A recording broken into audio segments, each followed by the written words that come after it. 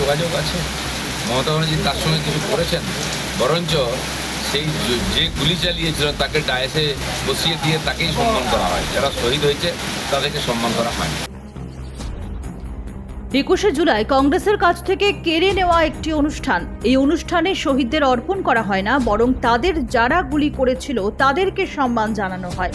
বৃহস্পতিবার বৃষ্টিবিঘ্নিত সকালে প্রাতঃভ্রমণে বেরিয়ে ঠিক এই ভাষাতেই তৃণমূল কংগ্রেসকে আক্রমণ করেন বিজেপির প্রাক্তন রাজ্য সভাপতি দিলীপ ঘোষ। চা খেতে খেতে ডুগডুগি বাজিয়ে দিলীপ ঘোষ জানিয়ে দিলেন, শ্রাবণ মাসে ভগবান শিব চারিদিকে ডুগডুগি বাজিয়েছেন, আমরাও ডুগডুগি বাজাচ্ছি।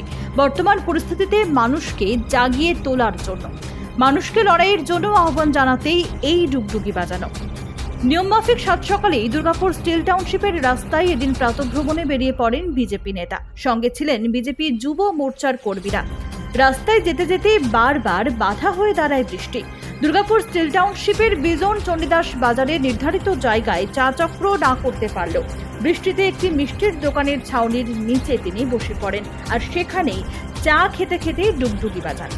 এরপর স্বভাবসিদ্ধ ভঙ্গিতে সাংবাদিকদের একের পর এক প্রশ্নের উত্তর দেন দিলীপ ঘোষ। কসবাকাণ্ড নিয়ে বলতে গিয়ে তিনি বলেন, এরা কলেজে গুন্ডামি করত, উপাচার্য নিয়োগ থেকে ছাত্র ছাত্রীদের ভর্তি, সমস্ত কিছুই কন্ট্রোল করত এরা, পুলিশ সমস্ত কিছুই জানত। এইভাবেই তৃণমূল পার্টি চলছে।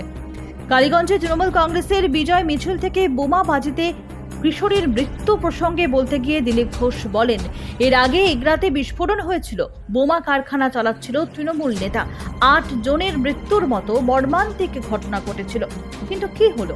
প্রশ্ন তোলেন তিনি। 21শে জুলাই তৃণমূল কংগ্রেসের শহীদ দিবস, আবার ওই দিনই ভারতীয় জনতা পার্টির পক্ষ থেকে উত্তরকন্যা অভিযানের ডাক দেওয়া হয়েছে। সেই প্রসঙ্গে বলতে গিয়ে দিলীপ ঘোষ বলেন, তৃণমূল কংগ্রেস এই রাজ্যে স্বরাষ্ট্রমন্ত্রী এলে বা প্রধানমন্ত্রী এলে রাস্তা অবরোধ করেন, রাজনৈতিক কর্মসূচি গ্রহণ করে, এটাই তো বাংলার রাজনীতি। আর 21শে জুলাই কংগ্রেসের কাছ থেকে কেড়ে নেওয়া একটি অনুষ্ঠান।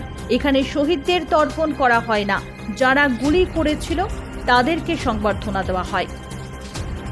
আরও অনেক জায়গায় হবে বিজেপির প্রোগ্রাম, জেলায় জেলায় আমরা করব এবং জয়েনিংও করাবো টিএমসি থেকে। তারা তাদের প্রোগ্রাম করছে, ওরা তো কংগ্রেস থেকে ধার করে নিয়ে এসে প্রোগ্রাম করে, বিজেপি তাদের মতোই প্রোগ্রাম করে। শহীদ তর্পণ হিসাবে পালন করা হয়। শহীদ তর্পণ কোথায় হয়? ওখানে যে রাজনীতির কথা হয়, মমতা ব্যানার্জি যে ভাষণ দেন, বিজেপিকে দেখে নেবো, এই করে দেবো, এর মধ্যে তর্পণ কোথায় আছে? কোথায় শ্রদ্ধাবোধ আছে? সেই যে শহীদদের পরিবারের সঙ্গে কোনো যোগাযোগ আছে? মমতা ব্যানার্জি তার সঙ্গে কিছু করেছেন? বরঞ্চ সেই যে গুলি চালিয়েছিল তাকে ডায়েসে বসিয়ে দিয়ে তাকেই সম্মান করা হয়। যারা শহীদ হয়েছে তাদেরকে সম্মান করা হয় না। পার্টি যে ডিসিশন নেবে ওটা হবে স্বাভাবিকভাবে। আমরা আমাদের ডিসিশন, আজ যেদিন আমাদের হোম মিনিস্টার কলকাতায় আসেন, টিএমসির বিরোধিতা করে আলাদা প্রোগ্রাম করে, প্রাইম মিনিস্টার এলে পশ্চিমবাংলায় তারা তার জন্য বিরোধিতা করে, অবস্ট্রাকশন করে, রাস্তা অবরোধ করে, বিরোধী প্রোগ্রাম করে। এটাই বাংলার রাজনীতি। আমরাও ওইখান থেকে শিখেছি, আমরাও তাই করব। Bureau report, news hunt.